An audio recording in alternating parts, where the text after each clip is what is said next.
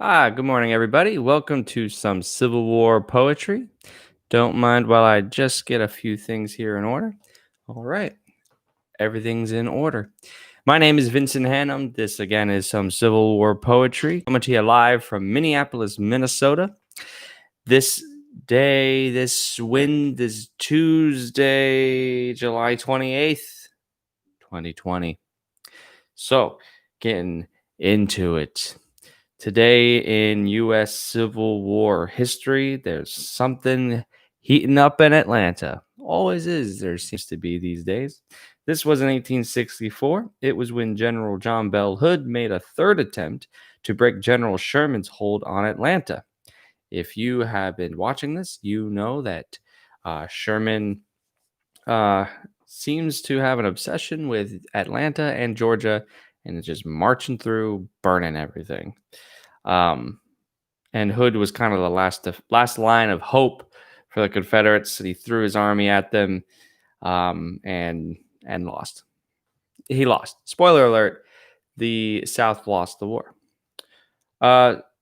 What's more interesting to me at this moment is the Civil War quote. $10 if you know who it's from. Huh? Anybody? Abraham Lincoln.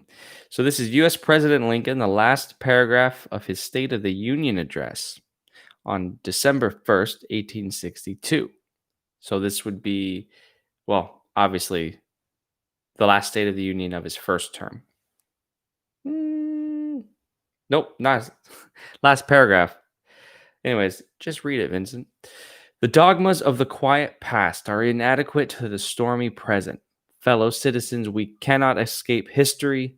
The fiery trial through which we pass will light us down in honor or dishonor to the latest generation. We say we are for the Union. The world will not forget that we say this. We know how to save the Union. In giving freedom to the slave, we ensure freedom to the free. Honorable alike in what we give and what we preserve. We shall nobly save or meanly lose the last best hope of earth. Whoa. USA, best hope of earth. What I find most interesting about that is his reference to the freedom of the slave. that's what it has to come down to. Because in what I've read, like Lincoln did not initially run for president on the platform of emancipation. And certainly when the Civil War broke out, that was not his main goal. His main goal was just to keep the country united. That's like first things first. Like we gotta stay together. Then as the war progressed, especially when he issued the Emancipation Proclamation, but apparently 1 year even before that, according to that speech, it was clear to him what the end game was. I would also just want to, also just point out that Lincoln, while he may not have run on emancipation, while he may not have been like the world's biggest abolitionist, he was a Republican, and the Republican Party was founded on abolitionism, and his election is what caused the states to secede because they knew that he wanted to free the slaves. So even if he wasn't campaigning on that, I would be surprised if it wasn't in the back of his mind. Again, based on party guidelines and people voting for him knew what they were voting for. People in the North. So moving on to the literature portion of the morning. Our two poems today are by Herman Melville and Henry Timrod. If you have been following along, both those names should sound familiar, as well as this book. Poetry of the Civil War, divided into two halves, one blue, one gray, Union and Confederate. And I'll read one each morning just to compare and contrast and see how each side of the country's feeling about these trying times, at least poetically. It's been a great journey. In the beginning, we've seen a lot of pro-war sentiment, like we're gonna go get them. This thing will be over in 3 weeks. We'll come back home to our ladies. And then as we've progressed through the war, um, the reality sets in. All the romanticism is just completely ripped away, and it's tough. It's tough. There's a lot of loneliness, subjects of loneliness, forlornment, death, casualties. Um, I've really I've really um, enjoyed the poems about from the home front point of view. Emily Dickinson has had a few poems in here speaking to that that I would recommend you go back and listen to. But what we got today, I don't know. I don't read these beforehand. You can read these along with me. There are links in the description below. You can click out and follow along. So our first poem today is The Union Side. It is by an author named Herman Melville. Lived from 1819 to 1891. Was born in New York City. His education was disrupted several times by bankruptcy and the death of his father. After finally leaving school, Melville found employment as a sailor and as a schoolteacher. His experiences as the former served to inspire the majority of his novels, including Typee, 1846, and Omoo, 1847, and Marty, 1849. Melville's early work was quite popular, but his audience quickly declined. Moby Dick, 1851, his masterpiece, considered by many to be the great American novel, was a commercial failure. Melville's first collection of poetry, Battle Pieces and Aspects of the War, Civil War Poems, 1866, sold fewer than 500 copies. In middle age, he turned to public speaking and for nearly 2 decades worked as a customs inspector for the city of New York. So I'm currently reading Moby Dick. I definitely concur with the statement that it is a masterpiece. His other novels are uniquely titled as well. Typee, Omoo, and Marty. His poems are they are no less disappointing. This poem is called A Dirge for McPherson. I think he wrote another poem earlier that we covered that also featured the word dirge. Had to look that one up. And a dirge is a lament for the dead, especially one forming part of a funeral rite.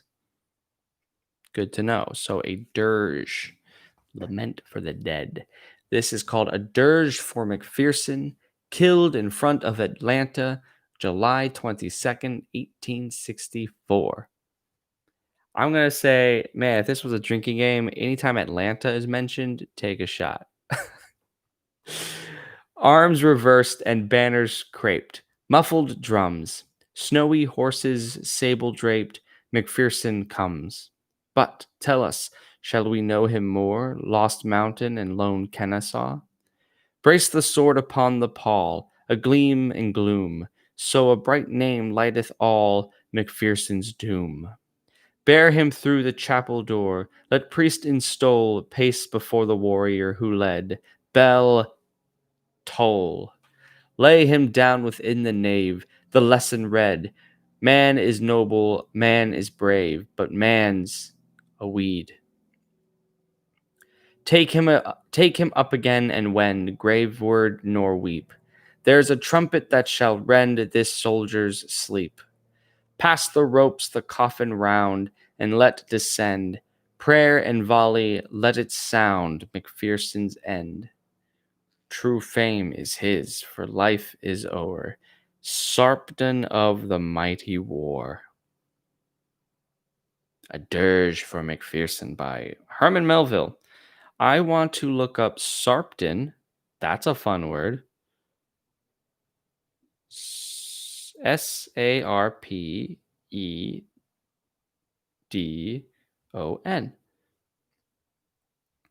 Okay. In Greek mythology, Sarpedon was a son of Zeus who fought on the side of Troy in the Trojan War. Cool. So Sarpedon is a Trojan War hero.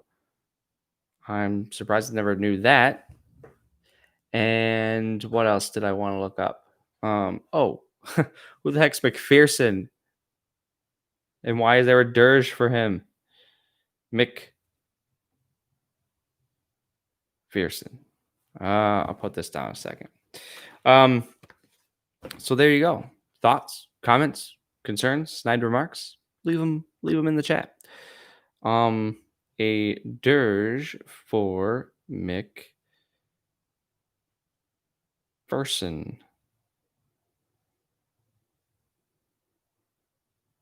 You know, you think you would just type in McPherson and it would come up. What if I typed in... Okay, see? I was typing in McPherson, Atlanta. Here we go. James B. McPherson. Oh, yeah. Yeah, I've heard of him. Yeah, he was a young guy. He was on General Grant's staff, and he was killed at the Battle of Atlanta, facing the army of his old West Point classmate, John Bell Hood, who featured on This Day in History.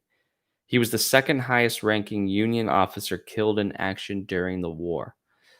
Yeah. Look him up. He's a good-looking chap. Just looks like he could be any hipster today wearing a fancy coat. Damn. All right. So that was a dirge. We're moving on to a poem called Ode, E-D-O. So an ode, like an ode to joy, sounds like the exact opposite of a dirge. And Ode is by Henry Timrod. I can almost recite his bio by memory now. Henry Timrod lived from 1829 to 1867, was born in Charleston, South Carolina, the son of a bookbinder and minor poet. The younger Timrod's first collection of verse, Poems, was published in 1860. An impassioned supporter of the Confederacy, he twice enlisted but was discharged both times due to ill health. For a time, he worked as a war correspondent for the Charleston Mercury. In 1864, he moved to Columbia, where he edited the daily South Carolinian. When the city was burned in February 1865, Timrod was reduced to extreme poverty, from which he never recovered. His health continued to deteriorate, and he died of tuberculosis. Sad end there for Timrod. But he's written a lot of poetry for us to read 155 years later. So this is Ode. Sleep sweetly in your humble graves, sleep martyrs of a fallen cause, though yet no marble column craves the pilgrim here to pause. In seeds of laurel in the earth, the blossom of your frame is blown, and somewhere waiting for its birth, the shaft is in the stone. Meanwhile, behalf the tardy years, which keep in trust your storied tombs, behold your sisters bring their tears, and these memorial blooms. Small tributes, but your shades will smile more proudly on these wreaths today than when some cannon-molded pile shall overlook this bay. Stoop, angels, hither from the skies. There is no holier spot of ground than where defeated valor lies, by morning beauty crowned. Timrod. Either I feel like I need to read that again on my own time. I feel like I just read a bunch of words, but didn't feel any connection to it. So that's my bad. It's my bad as a reader. But what I would do preferably is spend some time on this on my own and come back at this with a very polished, kind of fortified reading for you. And maybe that's what a future podcast version of this show looks like. So if you would like to maybe spend a half hour diving into doing a deep dive into these poems and poets, let me know. And I will fast track that puppy because this book is almost done. Maybe sometime next week. So looking for the next project. As for this week, tomorrow we'll be back with 2 poems. Aha. Back to good old Walt Whitman for our Union poem. And our Confederate poem is going to be a long one, apparently, by John Reuben Thompson. So there you go. Waltman and Thompson. Thanks, everybody. Have a great day.